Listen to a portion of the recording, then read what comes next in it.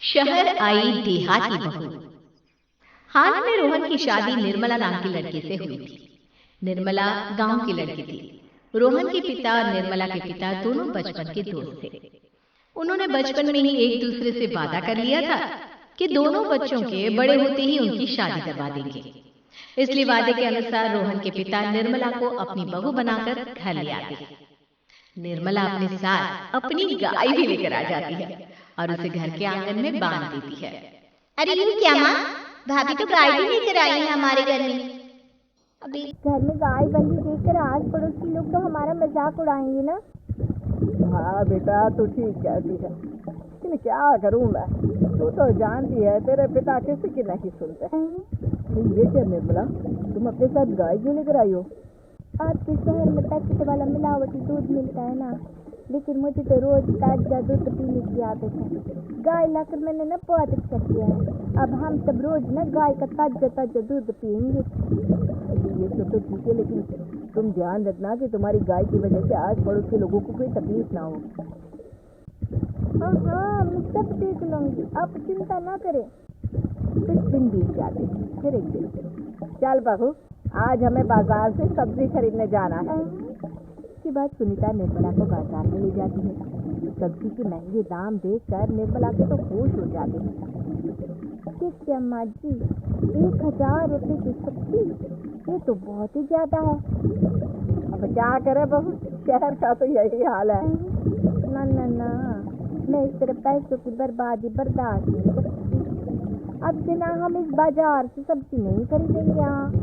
फिर अगले दिन निर्मला घर के आंगन की मिट्टी खोद कर वहाँ तरह तरह की सब्जियाँ लगा देती है। अरे काव्या, तेरी भाभी तो बहुत अजीब है, उसने तेरे पूरे आंगन को खेत बना कर रख दिया। समझ में नहीं आता तुम लोग इस लड़की को कहाँ से पकड़ कर लाए।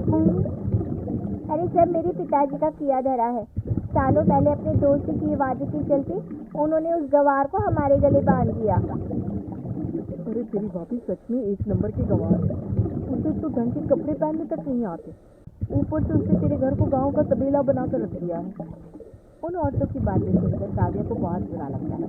फिर वो अपने भाई रोहन से इस बात की शिकायत करने लगती है। रोहन निर्मला को समझाने की बहुत कोशिश करता है, लेकिन निर्मला के आगे उसकी एक नहीं चलती। फिर एक दिन रोहन निर्मला को एक शादी में ले जाता है।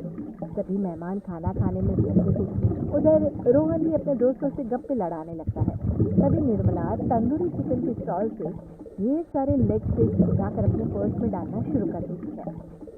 घर जाने के बाद इसे फ्रिज में रख दूंगी और कल सुबह मैं चीज सिखाऊंगी।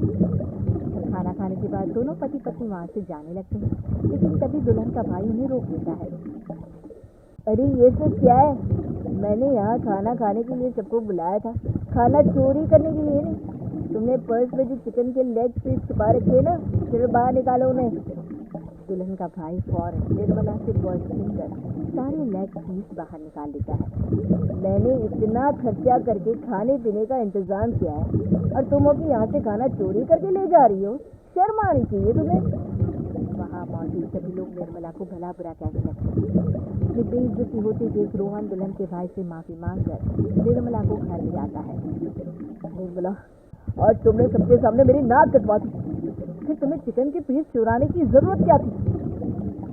माफ कर दीजिए रोहन जी। दरअसल ना, हमारे गांव में जब भी शादी होती थी तब मैं और मेरी सहेलियाँ इसी तरह शादी से ढेर सारा खाना लेकर आते थे। मुझे नहीं पता था कि मेरी इस गलती से आपकी बेइज्जती हो जाएगी। मुझे माफ कर दीजिए, आज के बाद ऐसी गलती कभी ना करेंगे। इतना कहकर निर्मला रोने लगती है। निर्मला को रोते देख रोहन का दिल पिघल जाता है और वो उसे माफ करके गले लगा लेता है। इस तरह कुछ दिन बीत जाते हैं। फिर एक दिन रोहन उदास होकर घर लौटता है। रोहन के कपड़े बुरी तरह फटे हुए थे। अरे बेटा, ये क्या तो साथ मारपीटी हो गई है क्या? नहीं माँ, आज हमारी जिंदगी का सबसे बुरा दिन। म्यूनसिपालिटी वालों ने हमारी दुकान तोड़ी। आज से हमारी आमदनी पूरी तरह बंद हो गई। हे भगवान, हमने तो किस्त पर ढेर सारा सामान ले रखा है। अब हम सारे सामान की किस्त कैसे चुकाएंगे? मेरी तो सोचने समझने की शक्ति ही खत्म हो गई। पता नहीं आगे हमें और कितनी मुसीबत झेलनी पड़ेगी। आप सबको ना चिंता करने की जरूरत ना है, तो सब ठीक कर दूंगी। क्या क्या चाहती है बहू? हम ना बोल कर नहीं बल्कि करके दिखाएंगे। हाँ। इसके बाद निर्मला अपने पिता को फोन करके गांव से 5 गाय मंगवा लेती है और फिर अगले दिन निर्मला सभी गायों का दूध निकाल कर बड़े बर्तन में भर लेती है। तुम ये सब क्या कर रही हो निर्मला? मेरी तो कुछ समझ में नहीं आ रहा। हम ना इन गायों का दूध बेचने जा रहे हैं। इसके बाद हमारे पैसों की समस्या खत्म हो जाएगी। हे भगवान, बस यही दिन देखना बाकी रह गया था। भाभी दूध वाली बनकर दूध बेचेंगी। मोहल्ले में क्या रहेगी हमारी? सभी लोग हमें तरह तरह के ताने मारेंगे। आप ना ऐसी बेकार की बातें ना करो काव्या जी। जब जेब का पैसा और पेट की रोटी छिन जाती है तो इंसान पहले अपने और अपने परिवार के बारे में सोचता है। और वैसे भी जिस काम से हमारा घर चले कि कभी ना बुराई नहीं करनी चाहिए। फिर निर्मला दूध के 2 बड़े बर्तन साइकिल के दोनों तरफ लटकाकर मोहल्ले में घूमने लगती है। दूध ले लो, बिना मिलावट का शुद्ध दूध ले लो। चलो चलो, ओ भाई जल्दी ले लो। तभी निर्मला के पास कुछ औरतें आती हैं। अरे तुम तो सुनीता की बहू हो ना? तुम इस तरह सड़क पर दूध क्यों बेच रही हो? निर्मला उन दोनों औरतों को अपने घर के हालातों के बारे में सब बता देती है।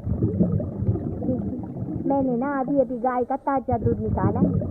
आप सब तो रोज पैकेट का दूध पीती हो, आज गाय का ताजा दूध पी कर पीती कि ना बात ही कुछ और है। हाँ बहू, मुझे तुम्हारी बात समझ में आ गई। ला, मुझे 2 लीटर दूध दे दो। उस औरत की देखा देखी बाकी औरतें भी निर्मला से दूध खरीदना शुरू कर देती है। थोड़ी ही देर में निर्मला सारा दूध बेचकर ढेर सारे पैसे इकट्ठे कर लेती है। उसके बाद निर्मला घर जाकर सारे पैसे अपनी सास को पकड़ा देती है। अरे बहू, सच में तेरा आइडिया तो काम कर गया। अरे माँ जी, आप तो बस देखती जाइए, कुछ ही दिनों में मैं अपने घर की सारी समस्या खत्म कर दूंगी। हाँ। फिर अगले दिन से निर्मला गायों के गोबर से ढेर सारे उपले तैयार करके बेचना शुरू कर देती है। निर्मला को पैसे कमाते देख रोहन के अंदर भी हिम्मत आ जाती है और वो भी दूध बेचने का फैसला करता है। निर्मला के कहने पर उसके पिताजी कुछ और गायों का बंदोबस्त कर देते हैं। इस तरह दोनों पति पत्नी मिलकर दूध बेचना शुरू कर देते हैं। कुछ ही महीनों में उनका दूध का व्यापार खूब फल फूल जाता है। इसके चलते रोहन एक बड़ी दूध की डेयरी भी खोल लेता है। पिताजी, जब आपने निर्मला से मेरी शादी करवाई थी तब मैं मन ही मन आपको कोसा करता था, लेकिन आज मेरी समझ में आया कि आपका फैसला बिल्कुल सही था। आज अगर निर्मला ना होती तो पता नहीं हमारा क्या हाल होता। हाँ बेटा, तू ठीक कहता है। हमारी बहू ने तो हमें उजड़ने से बचा लिया। भगवान ऐसी बहू सबको दे। इस तरह निर्मला की समझदारी के चलते सब कुछ ठीक हो जाता है और वो सभी हंसी खुशी अपना जीवन जीने लगते हैं।